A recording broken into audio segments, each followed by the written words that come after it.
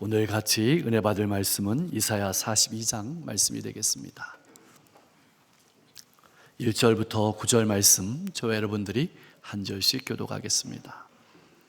내가 붙드는 나의 종 내 마음에 기뻐하는 자 곧 내가 택한 사람을 보라.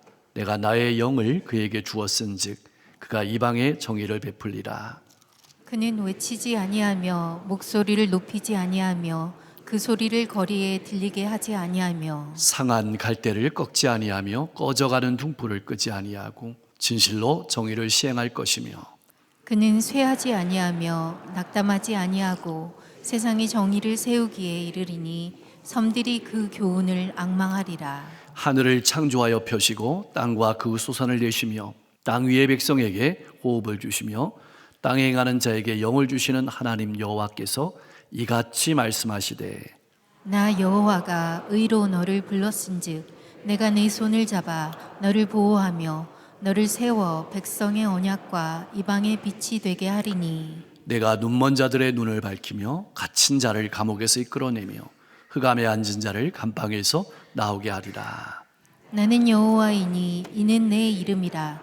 나는 내 영광을 다른 자에게 내 찬송을 우상에게 주지 아니하리라. 9절 보라 전에 예언한 일이 이미 이루어졌느니라. 이제 내가 새 일을 알리노라. 그 일이 시작되기 전이라도 너희에게 이르노라. 아멘. 앞으로 하나님의 교회는 어떻게 될까요? 앞으로 다음 세대는 하나님을 잘 믿고 그 말씀에 따라 살게 될까요? 앞으로 한국교회의 미래는 어떻게 될까요? 하나님께서는 다음 세대를 위한 어떤 계획을 준비하고 계실까요? 하나님께서는 온 세상을 구원하는 구원의 빛이 되라고 이스라엘 백성들을 먼저 부르셨습니다. 그런데 이스라엘 백성들은 하나님께서 맡겨주신 사명을 잘 감당하지 못하고 남과 북으로 갈라졌습니다. 북이스라엘은 가득한 죄악으로 말미암아 멸망을 당했고 남쪽의 유다도 하나님의 말씀을 떠나 점점 죄악의 길로 걸어가면서 하나님의 백성으로서의 빛을 잃어가고 있었습니다. 이제 이들도 얼마 지나지 않으면 바벨론의 노예로 끌려갈 것입니다. 문제는 하나님의 백성들이 빛을 잃어가는 것은 한 국가의 멸망으로 끝나는 것이 아니라는 데 있습니다. 온 세계 열방을 빛으로 부름을 받은 그들의 빛이 꺼져가면 앞으로 세상은 어디에서 소망을 찾을 수 있을까요? 그렇다면 세계 열방을 구원하기 위한 하나님의 약속은, 하나님의 뜻은 어떻게 되는 것일까요? 이대로 끝나는 것일까요? 소망이 없는 것일까요? 하나님께서는 앞으로 어떻게 구원의 이야기를 써 내려가실까요? 하나님께서는 이러한 역사적 위기 상황 가운데서도 이사야를 통해서 하나님의 위로와 소망을 선포하십니다. 40장 1절의 말씀인데 이렇게 말씀하고 있습니다. 너희는 위로하라. 내 백성을 위로하라. 8절에서는 분명한 소망을 선포하십니다. 풀은 마르고 꽃은 시들지만 우리 하나님의 말씀은 영원히 서리라. 이 소망과 회복의 말씀은 세계 모든 민족에게까지 미친다고 이사야 선지자는 하나님의 말씀을 전했습니다. 그렇다면 이 말씀은 단지 이스라엘만 복된 소식이 아니란 뜻입니다.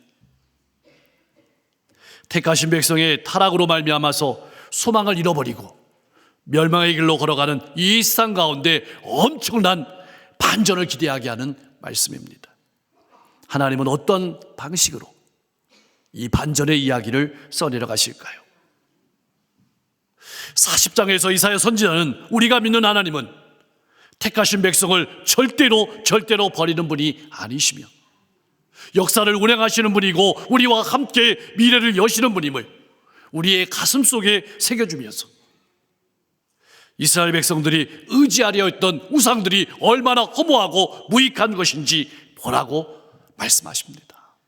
그리고 41장에서는 다시 한번 하나님이 우리를 택하셨으며 우리를 절대로 버리지 않으시고 구원하시겠다고 약속하시면서 우상을 숭배했던 사람들의 삶이 얼마나 허무하고 얼마나 무익한지 보라고 초청하십니다. 하나님께서는 어떻게 일하실까요? 어떻게 이스라엘 백성들을 바벨론에서 구원하는 것을 넘어서서 온 세계 열방을 구원하실까요? 바로 그 은혜의 자리로 하나님께서는 우리를 초대하십니다. 나의 종을 보라. 온 인류를 구원할 하나님의 종을 보라고 우리를 초청하십니다. 그런데 그 종은 우리가 기대하는 그런 종이 아니었습니다. 하나님께서 세우시는 종은 화려하지도 능력이 두드러지지도 않았습니다. 그러나 하나님께서 세우신 종이 온 세상에 정의와 공의를 행하며 죄악으로 무너진 세상을 바로 세우실 것입니다. 하나님께서 붙드시고 그 마음에 기뻐하시고 택하신 하나님의 종은 세상 방법과는 전혀 다른 모습으로 일하실 것입니다. 그렇다면 하나님의 종은 무엇으로 일하실까요? 또 어떤 일을 하실까요? 어떻게 일하실까요? 첫 번째로 하나님의 종은 하나님이 선택한 종입니다. 1절 말씀에 잘 기록이 되어 있습니다. 내가 붙드는 내가 택한 내 마음으로 기뻐하는 종이라고 자기의 종을 소개합니다. 하나님께서는 여러분들도 그렇게 소개하시는 겁니다. 내가 붙드는 내가 택한 내 마음으로 기뻐하는 종이다. 하나님께서 붙드심으로 세상의 그 어떤 권세도 네 종을 이길 수 없다고 선포하십니다. 그러므로 하나님의 종이 가장 마음 깊숙한 곳에 두어야 할 것은 하나님과의 관계입니다. 그것은 우리도 마찬가지입니다. 택하신 하나님의 백성들이 하나님의 일을 하느라고 너무 바빠가지고 간혹 하나님과의 관계를 놓칠 때가 많습니다. 기도하지 않고 말씀 보지 않고 일만 하다가 지치는 경우가 많습니다. 나는 어떻습니까? 우리가 믿는 하나님은 어떤 분이실까요? 우리가 드리는 헌신이나 제물도 기뻐하시지만 그것보다도 우리와의 관계를 더욱 기뻐하십니다. 그러므로 우리는 시시때때로 우리를 살피면서 신앙생활을 해야 합니다. 내가 하나님과의 관계를 잘 지키며 하나님의 종으로 살아가고 있는지, 아니면 세상의 종으로 살아가고 있는지, 물질이나 세상의 종은 아닌지 점검하며 살아가야 합니다. 입술로는 하나님이 택한 하나님의 백성이라고 말하면서 마음으로는 야망을 품고 하나님과의 관계를 소홀히 하고 살아가고 있는 것은 아닌지 잘 살피면서 신앙생활을 할 수 있기를 소망합니다. 두 번째로 하나님의 종은 하나님께 능력을 받아 일합니다. 하나님께서는 하나님의 종을 선택하실 뿐만 아니라 선택한 종이 일할 수 있도록 능력을 주십니다. 하나님의 용을 부어 주십니다. 이것이 바로 하나님의 종이 성공해야 될 분명한 증거입니다. 여기서 우리가 가슴에 새겨야 될 중요한 진리가 있습니다. 하나님의 사역이란 하나님께서 주시는 힘으로 하는 일입니다. 그러므로 우리가 믿음의 길을 걸어갈 때 내가 하나님의 일을 한다고 생각하는 것은 잘못된 생각입니다. 내가 하나님의 일을 한다고 생각하기 때문에 자존심이 나옵니다. 자격지심이 나옵니다. 비교가 나옵니다. 원망이 나옵니다. 불평이 나옵니다. 아닙니다. 하나님의 일은 하나님께서 택하시고 하나님께서 주시는 힘으로 하는 것입니다. 이것이 분명한 일꾼만이 하나님이 하셨다고 하나님께 영광을 올려드리고 감사하는 것입니다. 물론 열심히 하는 것은 하나님께서 알아주실 것입니다. 그러나 그것도 또한 하나님께서 감동을 주신 것이며 힘을 주셨기 때문임을 인정하며 모든 영광을 하나님께 올려드리며 살아가는 그런 복된 삶이 여러분과 저의 삶이 될 수 있기를 주님의 이름으로 간절히 축원합니다. 세 번째로 하나님께서 하나님의 종을 택하시고 능력을 주시는 이유는 무엇일까요? 이것이 가장 중요합니다. 이 땅에 하나님의 정의를 베풀기 위해서입니다. 그렇다면 하나님의 종이 열방에 베풀어야 될 하나님의 정의는 무엇일까요? 구약에서 하나님의 정의는 법적인 판결과 연결이 되어 있습니다. 그렇다면 열방에 베풀어야 될 하나님의 정의는 무엇일까요? 41장 42장에 보면 우상에 대한 언급에서 찾아볼 수 있습니다. 이는 세계 열방이 우상을 숭배하는 것은 결코 신이 아니라고 밝히는 것입니다. 하나님께서 세우신 종은 이렇게 죄악된 세상에 하나님의 말씀을 선포함으로써 하나님만이 창조주시요 하나님만이 유일한 하나님이심을 선포하는 것이 바로 정의를 베푸는 것입니다. 하나님을 알지 못하는 이들에게 참 하나님을 전해서 이들이 더는 우상에 넘어지지 않고 하나님을 바로 섬기며 축복을 받을 수 있도록 기회를 주는 것이 정의를 베푸는 것입니다. 나는 어떻습니까? 이처럼 가정과 이웃 가운데서 정의를 행하는 사역에 얼마나 충실히 임하고 있습니까? 혹 삶이 너무 바빠서 믿지 아니하는 가족들이나 이웃들을 만날 시간은 없는 것은 아닙니까? 나의 삶을 다시 한번 잘 돌아볼 수 있기를 소망합니다. 그렇다면 하나님의 종은 어떤 방식으로 하나님의 정의를 세상 가운데 베풀까요? 하나님의 종은 세상의 방법처럼 하지는 않을 것입니다. 세상의 방법은 어떤 방법일까요? 세상의 정복자들은 어떤 성에 들어갈 때 나팔을 붑니다. 크게 소리를 외칩니다. 내가 법이라고 정의라고 말합니다. 그러나 하나님의 종은 다릅니다. 외치지 아니합니다. 목소리를 높이지 아니합니다. 그 소리를 거리에 들리게 하지 아니합니다. 하나님의 종은 매우 겸손해서 자신을 알리지 아니하며 일합니다. 자신을 드러내기 위해서 다른 사람 위에 군림하지 않습니다. 나는 어떻습니까? 하나님의 일을 할 때 소리를 높이지 않습니까? 다른 사람이 알아주지 않아서 섭섭하지는 않았습니까? 다른 사람과 비교하지는 않았습니까? 하나님의 종이 일할 때에는 상한 갈대도 꺾지 아니합니다.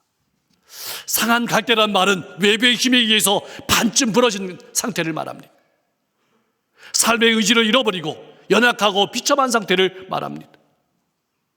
그렇게 고통당해서 연약한 사람들을 사랑으로 대합니다. 오히려 감싸줍니다. 치유해줍니다. 하나님의 종은 일할 때 꺼져가는 늑불도 끝이 아니합니다. 사람은 어떤 존재일까요? 사람은 마치 등불 안에 있는 심지와 같은 존재입니다. 심지는 기름이 공급되어야만 빛납니다. 빛을 발할 수 있습니다. 바로 우리가 그러한 존재입니다. 꺼져가는 늑불이란 말은 기름이 공급되지 못해서 꺼져가는 심지와 같은 이들, 다시 말하면 사역의 힘을 잃어버린 이들도 다시 사명을 활활 타오르게 하는 게 바로 종의 사역입니다. 그것이 바로 오늘 우리들의 사역이기도 합니다. 예수님은 그렇게 하나님의 종으로서 사역을 감당하셨습니다. 실패하고 낙담하고 절망하고 그래서 고향으로 돌아간 제자들을 찾아가셨습니다. 어루만지고 사랑으로 다시 세우고 일으키셨습니다. 사랑하는 성도 여러분, 나는 어떻게 신앙하고 있습니까? 나는 어떻게 일하고 있습니까? 감싸주고 치유해주고 있습니까? 세워주고 있습니까? 다시 일어서도록 힘을 불어넣어주고 있습니까? 중요한 것은 하나님의 종은 하나님께서 택하시고 힘을 주셔서 사역하지만 그 사역이 무조건 편하게 이루어지고 열매 맺는다고 생각하지 않습니다. 하나님의 종은 그 사역을 하면서 때로는 부서지고 낙담할 일이 많다는 것도 알고 있습니다. 그럼에도 묵묵히 인내하면서 사역할 것입니다. 우리는 어떻습니까? 신앙생활 하면서 자주 착하게 빠질 때가 많습니다. 하나님께서 택하시고 힘을 주시기에 어려운 일이 전혀 없을 것이라고 생각합니다. 그러다가 막상 어려움을 조금이라도 만나게 되면 낙담합니다. 제자들처럼 실망하고 고향으로 내려가 숨습니다. 사람을 만나려고 하지 않습니다. 더 나아가서 하나님께서는 나를 사랑하지 않는다고까지 생각하십니다. 나의 마음은 어떻습니까? 잊지 마십시오. 하나님께서는 결코 우리 인생 가운데 고난이 없는 인생을 살게 하겠다고 약속하지 않으셨습니다.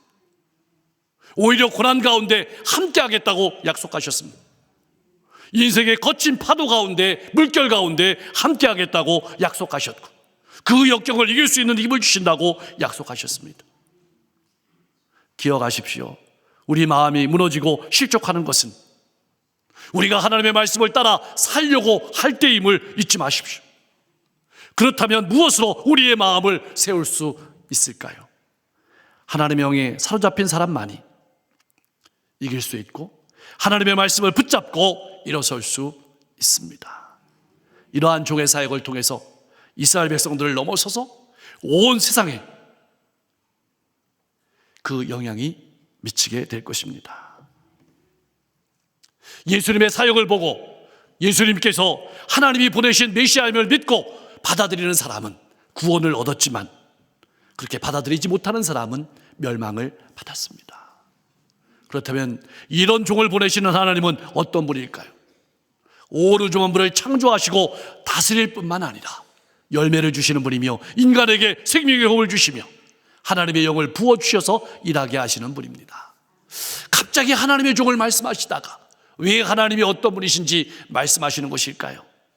비록 하나님의 종이 어려운 상황을 맞이한다 할지라도 반드시 승리할 거라는 하나님의 의지가 담긴 말씀입니다. 하나님의 종을 통해서 하시는 사역은 결코 실패할 수 없는 사역이란 뜻입니다. 오늘 여러분과 저를 통해서 이루어 가시는 하나님의 사역은 결코 실패할 수 없는 사역이란 말씀입니다. 오늘 하나님의 부름을 받아 우리가 하는 복음의 사역이 때로는 어려움이 있기는 하지만 반드시 승리할 것임을 믿고 믿음으로 나가라는 말씀입니다. 그렇다면 하나님께서 당신의 종을 세우시는 목적은 무엇일까요? 함께 하나님의 의를 이루기 위해서 우리를 세우시는 것입니다. 그렇다면 하나님의 종은 어떤 사역을 통해서 세계 열방을 구원하는 생명의 빛이 되실까요? 7절 말씀은 이렇게 표현하고 있습니다. 하나님의 사역을, 종의 사역을 구체적으로 소개합니다. 내가 눈먼 자들의 눈을 밝히며 갇힌 자들을 감옥에서 이끌어내며 흑암에 앉은 자를 감방에서 나오게 하리라. 무슨 말일까요?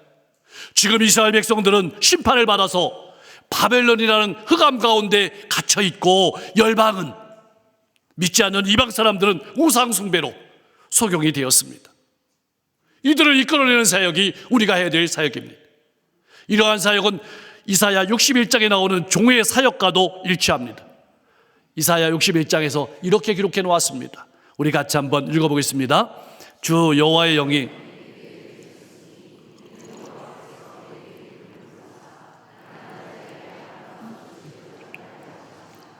나를 보내사 마음이 상한 자를 고치며 포로된 자에게 자유를, 갇힌 자에게 노임을 선포하며. 아멘. 예수님께서는 나사렛 회당에서 이 일이 바로 자신을 통해서 이루어졌다고 선포하셨습니다. 예수님이 하신 사역이 어떤 사역입니까? 육신의 소경도 치료하시고 하나님의 말씀을 깨닫지 못하는 영적인 소경도 복음으로 치료하시면서 죄의 노예가 된 이들을 구원해 가셨습니다. 이사야 선지자는 이것을 예언하고 있는 것입니다. 과연 하나님의 말씀대로 예수님께서는 모든 세계 동안에 하나님의 뜻에 온전히 순종하는 삶을 살아가셨습니다.